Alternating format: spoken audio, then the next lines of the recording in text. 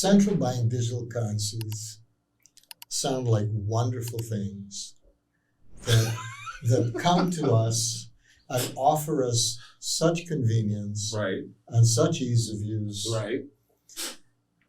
But there is a very sinister, dystopian possible side to them Okay.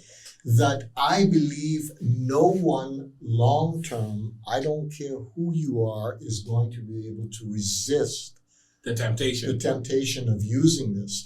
And if the tool exists, if eventually, unthinkable as it may be, eventually it will be used. And the problem with central bank digital currencies, especially when they get tied to KFC, and especially as cash gets phased out, is that they have the possibility, the strong possibility of becoming tyrannical. Because now you have programmable money in the society that can be switched on and off as you see fit.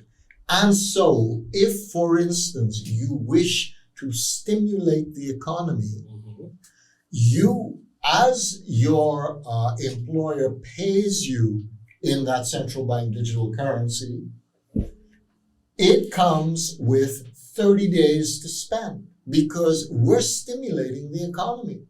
If you don't use it, you will lose it. And so you've got 30 days to spend your money. I get your point.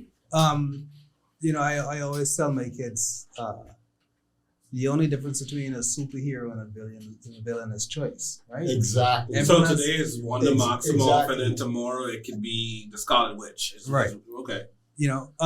But when we think about the whole aspect about programmable money, turning it off, et cetera, right?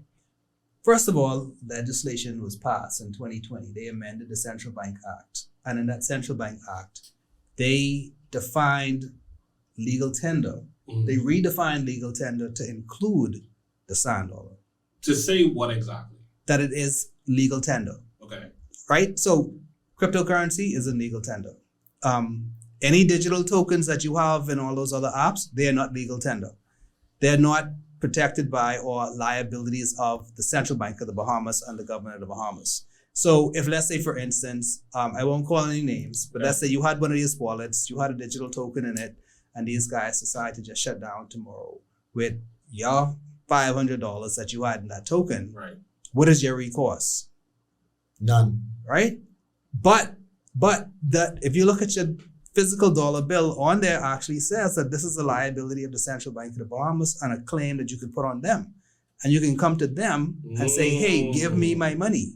You see what I'm saying? Okay. So also by making the sand dollar, the CBDC, legal tender, Right. now it doesn't matter if this bank, that bank, or that bank gave you sand dollars, you're holding sand dollars in that digital wallet. That is a liability of the Central Bank of the Bahamas, not a specific bank, not a specific app developer, et cetera, et cetera.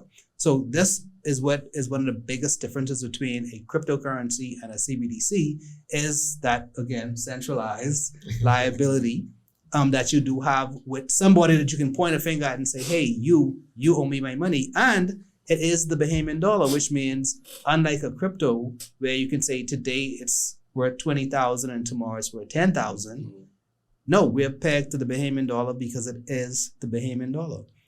Okay. So let me put this in layman's terms. But to get to his point, Okay. you mentioned earlier, you went on Amazon and you bought something. Right. Then you went on Coinbase or Binance, and they told you no. Fidelity told me no. But I won't say I can guarantee you, but chances are just about any other credit card or debit card that you would have used from another local bank may have done the same thing. With the exception of now, because I moved my money from there, I bank now with Commonwealth Bank because they are crypto friendly.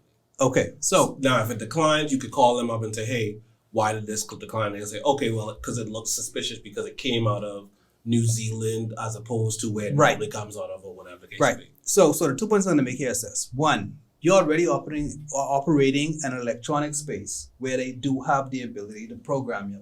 Okay. They can already tell you, oh, you've hit a limit. You can't spend anymore. That is true. Right? We don't want you to purchase from this particular person. So we're telling you no. You call me up and say, hey, what? Oh, no, we don't want you purchasing with them. No explanation, just we don't want you to do that. Right? That's already happening in somewhat of an electronic space. We're already there. The other point I made why I referenced the fact that the CBDC went through legislation to make it legal tender. Okay. There is no mandate right now, or I can see in the foreseeable future, that can force an individual, if you have, and again, based on the definition of the way it's written in law, that is every characteristic of the Bahamian dollar falls onto the sand dollar. There is nowhere in our legislation right now where you're being forced to spend a dollar bill in a specific time frame where it expires. I know your point is, with technology, you can probably tag a token to expire after a particular period of time. But if it carries the identical characteristics of legal tender by definition under the law, you can't force me to spend what I own. It is mine. It sits in my pocket for 50 years. I can still take that out and spend it in 50 years' time. Unless we change the law. Because regular legislation is just that. I could kill that. I could change it. I could amend it. All that stuff. The only thing is constitutionally. The Constitution is binding. So I think we might need monetary constitutional change to protect us technology-wise away from bad actors in politics in the future. That's a very good point. We have 70 countries that are slated to release a central bank digital currency by the end of this year. In a pilot program? In a pilot program or fully functional. True. But 70 countries are put their central bank digital projects on the fast burner. What is the rush to do this? That is the question. My feeling, and I'm a conspiracy theorist, is there anything that isn't a conspiracy that turns into reality anymore? Like everything that was conspiracy has some truth to it at some point. It's because cryptocurrency is catching on. Adoption is growing exponentially. Even with what we've seen this last year, which has been a horrible year for crypto, that's washing out.